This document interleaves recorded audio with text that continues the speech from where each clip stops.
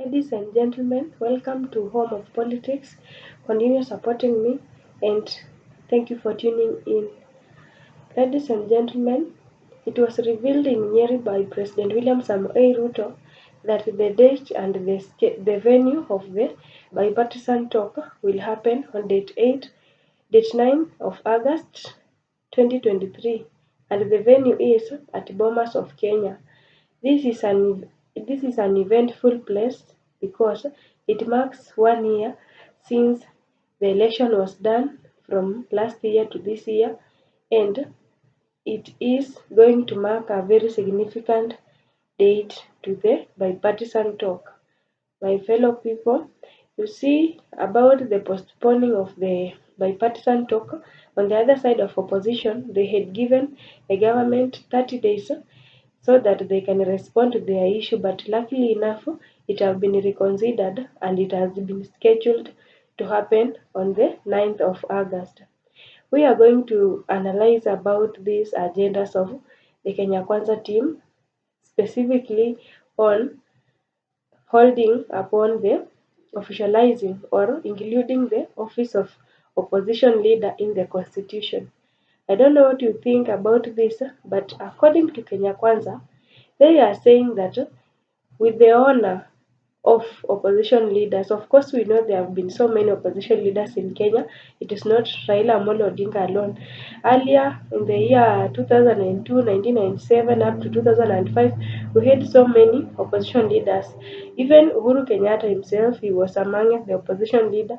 We also had Mwai Kibaki, we had Amala Kijana, we had also Charity Ngilu. These are among the opposition leaders. And now, when the Kenya Kwanza government are planning to include the office of opposition leader in the constitution, it is not a personal interest of favoring the Azimio la Umoja group alone, but for the future of our nation. Why do you think they have decided to do this? One reason it is in respect and honor of these leaders. It is good to reconsider them because they also have their support.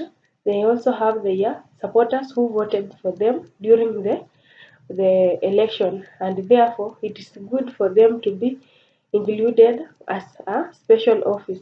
And in this office, these people are going to enjoy their privileges.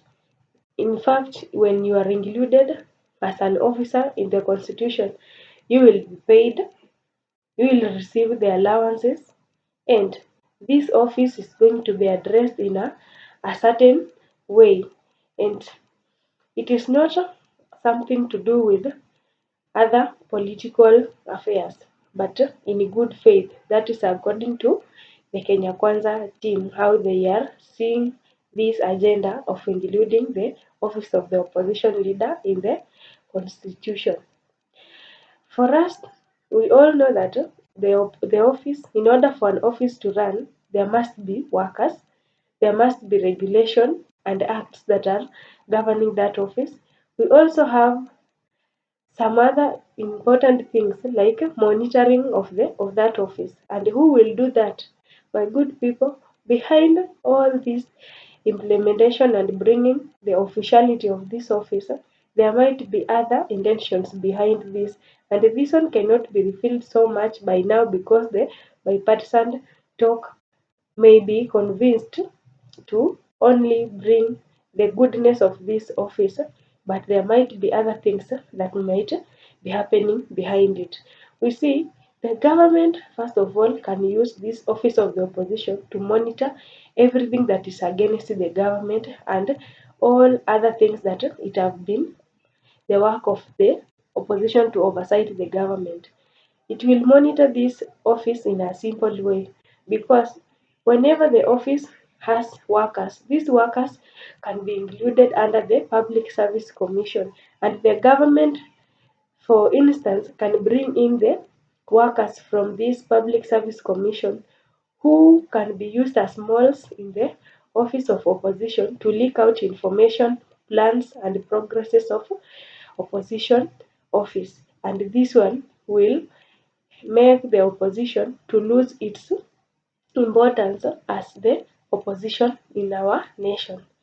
We also see that we have this idea of payment of workers and other things for, for the office to run.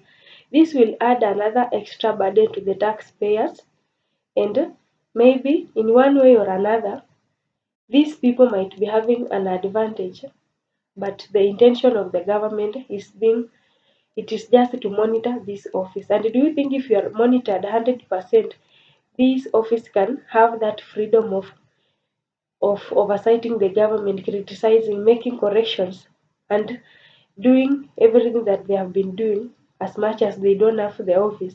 My good people, I don't know if this thing will be very possible, but according to you, do you see the opposition side coming in agreement with the Kenya Kwanza team on creation of the office of opposition leader to be included in the constitution? Thank you so much for watching.